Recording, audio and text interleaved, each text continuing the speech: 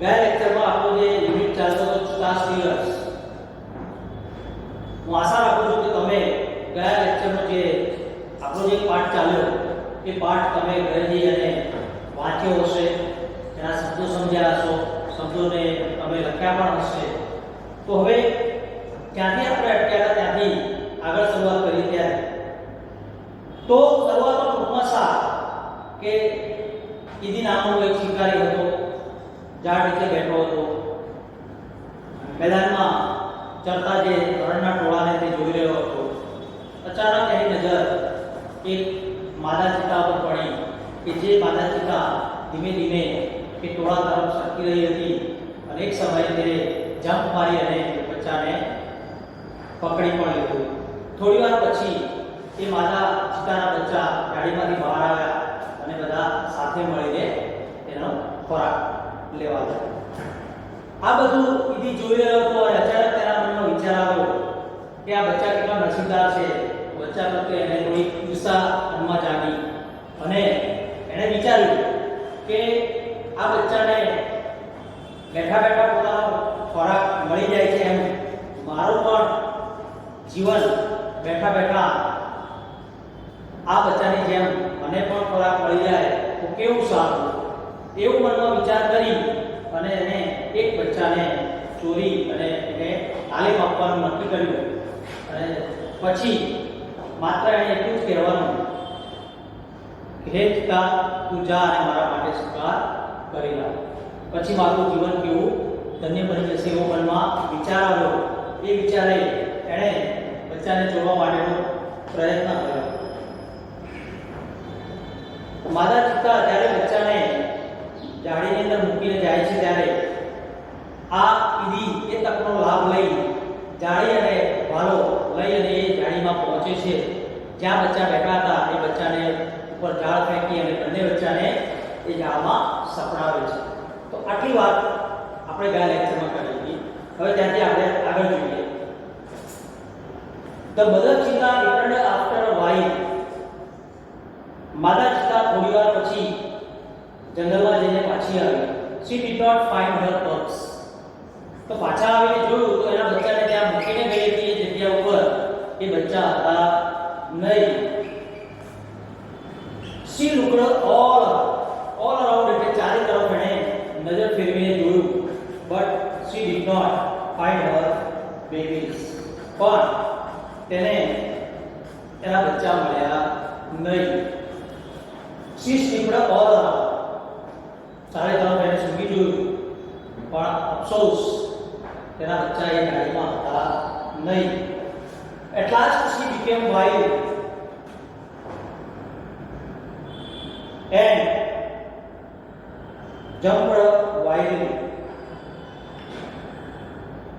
અંતે એ ખૂબ જ દુઃખી થઈ ગઈ, નિરાશ થઈ ગઈ અને તે હિંસક પણ બની. She cried and cried for the whole night. એક શબ્દ આવ્યો whole, WHOLE, whole અને FOLE અને HALL. ત્રણેયનો ઉચ્ચાર એક જ છે પરંતુ ત્રણેયના મીનિંગ્સ અલગ અલગ છે. whole એટલે આખું, whole એટલે છિદ્ર અને whole એટલે ખંડ. તો મિત્રો ઘણા એવા શબ્દો છે કે જેનો ઉચ્ચાર એક સરખો હશે તો એના મીનિંગ્સ અલગ અલગ હશે. ઘણી વખત સ્પેલિંગ એક હશે તો એના મીનિંગ્સ અલગ અલગ હશે. એવા મિત્રો આપણે શબ્દો યાદ રાખવાના. She cried and cried for the whole night. આખી રાત્રિ દરમિયાન એ માદા ચિત્તાએ રડ્યા કર્યું. Till the next evening. બીજા દિવસની સાંજ પડી ત્યાં સુધી સતત ને સતત પોતાના બચ્ચાના વિયોગમાં તે સતત ને સતત રડતી રહી. She cried and cried until her tears made dark stains down her cheeks. Until, બીજું એક સંયોજન આવ્યું, until, ત્યાં સુધી. એ શું છે? સંયોજન. તો જ્યાં સુધી પોતાના ચહેરા પોતાના ગાલ ઉપર એટલે કે માદા ચિત્તાના ગાલ ઉપર કાળા ડાઘ ન પડ્યા ત્યાં સુધી સતત ને સતત એણે રડ્યા કર્યું. She was still weeping. હજુ પણ એ રડી રહી હતી. At night the mother cheetah cried so loudly that she was heard by a wise man living in the village. એ રાત્રિ દરમિયાન આ માદા ચિત્તા એટલી જોરથી ચીસ પાડી કે નજીકમાં આવેલા ગામમાં રહેતો એક સાણો માણસ, ડાહ્યો માણસ, સજ્જન માણસ, એ સજ્જન માણસે એની આ ચીસ સાંભળી. The old man understood what had happened. તો તરત જ એ જે સાણો માણસ હતો એને ખબર પડી ગઈ કે આ જંગલમાં શું ઘટના બની. He immediately took his strong club. તો તરત જ એણે પોતાની પાસે રહેલી મજબૂત લાકડી લીધી and came out of his hut. અને પોતાની ઝૂંપડીમાંથી તરત એ બહાર દોડી આવ્યો. This man Sano was very wise. અને આ સજ્જન માણસ એનું નામ હતું સનો, જે ખૂબ જ ડાયો માણસ હતો. He loved animals and knew all about them. તો એ બધા જ પ્રાણીઓ વિશેની માહિતી જાણતો અને બધા જ પ્રાણીઓને ખૂબ જ ચાહતો હતો. When Sano found the hidden cubs, જ્યારે જંગલમાં ગયો અને જંગલમાં જે ઈદીએ સંતાડેલા બે બચ્ચાને તેણે શોધી કાઢ્યા, he knew that it was Idi's wicked idea. તો તરત જ એ સનોને ખ્યાલ આવી ગયો આ કૃત્ય, આ કાર્ય માત્ર ને માત્ર ઈદીનું હોઈ શકે. He got angry with Idi. Angry, A-N-G-R, angry એટલે ગુસ્સે થવું. એને મળતો હતો શબ્દ બીજો છે hungry એટલે ભૂખ્યું. angry, hungry, agree એ પણ એને મળતો હતો શબ્દ છે. agree એટલે સંમત. તો આ સનો ઈદીના કાર્ય ઉપર ખૂબ જ ગુસ્સે થયો. he rushed to the hut and shouted. એને ખ્યાલ આવ્યો કે આ કાર્ય માત્ર ઈદીનું છે, તો ઈદીના ઝૂંપડી તરફ દોડ્યો અને તરત જ મોટેથી બૂમ પાડી અને કહ્યું, ઈદી, આઈ હેટ યુ. ઈદી, હું તને ધિક્કારું છું. Everybody of our tribe will hate you because you are a lazy hunter. આપણી જ્ઞાતિના, શિકારી જ્ઞાતિના બધા જ લોકો તને ધિક્કારે છે કારણ કે તું એક આળસુ શિકારી છે. તું ખૂબ જ આળસુ સ્વભાવનો વ્યક્તિ છે, એટલા માટે લોકો તને ધિક્કારે છે. We know that a hunter must hunt with his own strength and skill. આપણે બધા જ જાણીએ છીએ કે સાચો શિકારી કોને કહેવાય? કે શિકારી પોતાની આવડત અને પોતાની તાકાતથી શિકાર કરે એને સાચો શિકારી કહેવાય. But you are a lazy hunter. પરંતુ તું તો એક આળસુ શિકારી છે. You are a thief. You are a thief. તું એક ચોર છે. You have broken the rules of our tribe. તે આપણો આ જે શિકારી સમાજ છે એ આખા સમાજને અપમાનિત કર્યો છે. You have brought dishonour to the whole tribe. તે આખા સમાજનો નિયમોનો ઉલ્લંઘન કર્યું છે. All the members of the hunter tribe got together. બધા જ શિકારી લોકો એકઠા થયા, અંદરો અંદર ચર્ચા કરવા લાગ્યા અને નક્કી કર્યું. તે ડિસાઇડ એટલે નક્કી કર્યું. તે લોકોએ નક્કી કર્યું કે ઈદીને સદાયને માટે પોતાના ગામમાંથી કાઢી મૂકો. તો બધાએ નક્કી કર્યું કે ઈદીને હવે આપણે આપણા ગામમાં રહેવા દેવો નથી, કારણ કે તે આળસુ શિકારી છે અને નિર્દોષ પ્રાણીઓ પ્રત્યે જુલ્મો પણ ગુજારે છે. તો આપણે એને સદાયને માટે ગામમાંથી બહાર કાઢી મૂકીએ. Sano took the cubs on his shoulders and returned there to their mother. એક શબ્દ આવ્યો, shoulder.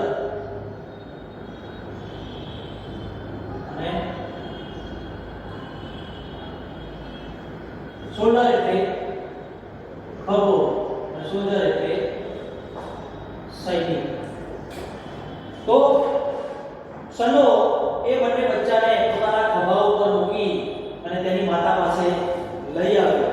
He saw that long weeping of the mother cheetah had stained her face forever.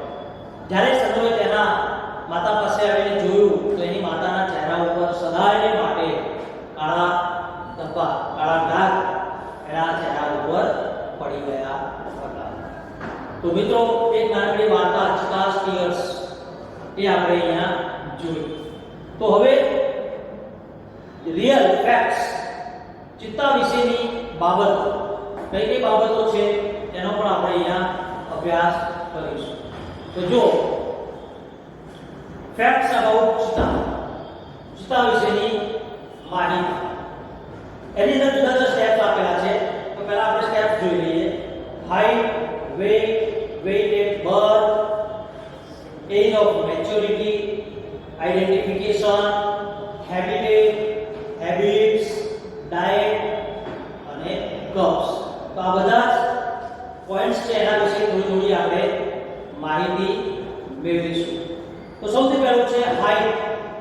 Height એટલે એની ઊંચાઈ. તો એની ઊંચાઈ 100 સેન્ટીમીટર છે. એટલે 100 સેન્ટીમીટરની એની ઊંચાઈ છે. વેટ, વેટ એટલે એનું વજન. એનું વજન કેટલું છે? 65 kg, 65 કિલોગ્રામ એનું વજન છે. વેટ એટ બર્થ, એના જન્મ સમયે એનું વજન કેટલું છે? તો એનું જન્મ સમયે વજન છે 300 ગ્રામ્સ, 300 ગ્રામ એનું વજન છે. એજ ઓફ મેચ્યોરિટી, મેચ્યોર એટલે પરિપક્વ, મેચ્યોરિટી એટલે પરિપક્વતા. તો આ ચિત્તામાં પરિપક્વતા ક્યારે આવે? તો 2 years, 2 વર્ષ. આઈડેન્ટિફિકેશન, હવે ઓળખાણ, ઓળખ, એનો ક્રિયાપદ થાય આઈડેન્ટિફાય. એના ઉપરથી બન્યું આઈડેન્ટિફિકેશન, ઓળખ. The cheetah has a lighter body. ચિત્તા નું શરીર ખૂબ જ હળવું હોય છે. તો હવે મિત્રો એક શબ્દ આવ્યો. કયો શબ્દ છે તે? લાઇટ. એના ઉપરથી બન્યું લાઇટર. તો આ એક ગ્રામર પોઈન્ટ છે. જોઈએ તો LIGHT, એના ઉપરથી બન્યું LIGHTER, એના ઉપરથી બન્યું LIGHTEST, લાઇટેસ્ટ.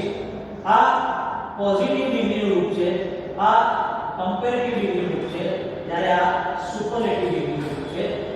CD ની અંદર ER લાગે છે અને ST ની અંદર એ વિશેષણના રૂપે EST પ્રત્યય લાગે છે. જો ક્રિયાપદ અને વિશેષણ બંનેમાં ફેર છે. ક્રિયાપદ કોને કહેવાય? કે જે શબ્દ ક્રિયા સૂચવતો હોય. અને વિશેષણ કોને કહેવાય? કે જે શબ્દ નામના અર્થમાં વધારો કરતો હોય અથવા તો જે શબ્દ કંઈક વિશેષતા દર્શાવતો હોય તેને વિશેષણ કહેવાય છે. તો અહીંયા વિશેષણની પાછળ ER અને EST લાગે છે. બરાબર સમજો. સુપરલેટિવ ડિગ્રી, તુલના, સમાનતા દર્શક, અધિકતા દર્શક અને શ્રેષ્ઠતા દર્શક. અત્યારે આમાં જે પદ આવ્યું છે કમ્પેરેટિવ ડિગ્રીનું, એટલે કે અધિકતા દર્શક ડિગ્રીનું રૂપ આપેલું છે. તો ચિત્તા હેઝ અ લાઇટર બોડી. ચિત્તાનું શરીર ખૂબ જ હલકું હોય છે. and its legs are longer than the leopards. ચિત્તા અને લેપર્ડ બંને અલગ છે. બીજું એક વિશેષણ આવ્યું લોંગ. એના પરથી બન્યું લોંગર અને લોંગેસ્ટ. અને દીપડા કરતા એના પગ કેવા હોય છે? વધારે લાંબા હોય છે. It has isolated black spots whereas the leopard has a cluster of spots. ચિત્તાના શરીર ઉપર આઇસોલેટેડ, છૂટાછવાયા, જેમ આપણે ચિત્રમાં જોઈએ એના શરીર ઉપરના જે કાળા કાળા ભાગ છે સ્પોટ્સ, એ છૂટા છૂટા છે, એકબીજાને સ્પર્શ કરેલા નથી. જ્યારે દીપડાના શરીર ઉપર ક્લસ્ટર ઓફ સ્પોટ્સ, એકબીજાને સ્પર્શેલા કાળા ડાઘ હોય છે. હેબિટેટ એના રહેઠાણ વિશે વાત કરીએ તો cheetah usually lives in open forest. ચિત્તો હંમેશા ખુલ્લા મેદાનોમાં, ખુલ્લા જંગલોમાં એ રહેતો હોય છે. Presently they are found mainly in Africa. Presently વર્તમાન સમયમાં ચિત્તો આપણને આફ્રિકાના જંગલોમાં જોવા મળે છે. We had a lot of cheetahs in India. તો ભૂતકાળમાં પણ આપણા ભારત દેશમાં પણ ઘણા બધા ચિત્તા હતા. But the last one was shot by hunters around 1950. 1950 ની સાલમાં છેલ્લો ચિત્તો આપણા ભારતમાં શિકારી દ્વારા શિકાર કરવામાં આવ્યો હતો. Habits. Relative. It is the fastest animal on the earth. Fast. Faster. અને fastest. Fastest. સૌથી વધુ ઝડપી દોડતું પ્રાણી. પૃથ્વી પર સૌથી વધુ ઝડપી દોડતું પ્રાણી એ કયું છે? ચિત્તો છે. Its top speed can be around 100 km/h. એની ગતિ પ્રતિ કલાક 100 કિલોમીટર છે. But it can maintain this speed only for a very short distance. પરંતુ એની આ જે ગતિ છે કન્ટિન્યુ નથી રહેતી, પણ જેમ જેમ એ સમય વીતતો જાય એમ એની ગતિમાં ઘટાડો થતો જાય છે. Sometimes it can take a leap as long as 25 meters. A leap એટલે જમ્પ, કૂદકો 25 મીટર સુધીની છલાંગ એ મારી શકે છે. It creeps silently behind the prey and then leaps up to catch it. પોતાનો શિકાર કઈ રીતે કરે છે? તો એ પોતાનો શિકાર જ્યાં હોય એની તરફ ધીમે ધીમે પેટે ઘસડાઈને શિકારને ખ્યાલ ન આવે પ્રમાણે એની તરફ આગળ વધે છે અને તક મળે એટલે સીધો જમ્પ મારી અને સીધો એ શિકારને તે પકડી શકે છે. એની એક ખાસિયત હોય છે. It does not preserve its prey. આ ચિત્તો એ પોતાનો ખોરાક એ ક્યારેય પ્રિઝર્વ સાચવતો નથી, પોતાની પાસે રાખી મૂકતો નથી. This sometimes causes death of cubs and young cheetah. આ એનું કારણ છે કે પોતે પોતાનો શિકાર કર્યા પછી વધેલો ખોરાક એ જાળવતો નથી અથવા તો સાચવતો નથી. એને કારણે નાના બચ્ચા અથવા તો ક્યારેક ક્યારેક મોટા ચિત્તાને મૃત્યુનું કારણ પણ બને છે. It is a solitary creature. Solitary એટલે એકલ વાયુ. તે એકલ વાયુ પ્રાણી છે. તે હંમેશા it does not live in a group or herds. તે ક્યારે ટોળામાં કે સમૂહમાં ક્યારે રહેતો નથી. તે જ્યારે પણ જોઈએ ત્યારે તે એકલો રખડતો જંગલમાં હોય છે. Its a family separates as soon as the cubs are mature. જ્યારે એના બચ્ચા ધીમે ધીમે મોટા થાય છે, પરિપક્વ બને છે, ત્યારે તે આપોઆપ પોતાના પરિવારજનોથી છૂટા પડી જાય છે. ડાયટ એનો ખોરાક. medium sized bugs are its main food. મધ્યમ કદના કાળિયા એક હરણ જેવું ચોપગું પ્રાણી છે. એનો મુખ્ય ખોરાકમાં એક કાળિયાર છે અને ક્યારેક ક્યારેક તે સસલાનો પણ શિકાર કરે છે. ક્યારેક ક્યારેક મોટા મોટા પક્ષીઓનો પણ તે પોતાના ખોરાક રૂપે શિકાર કરે છે. cubs તેના બચ્ચા. The female gives birth to 2 to 4 cubs at a time.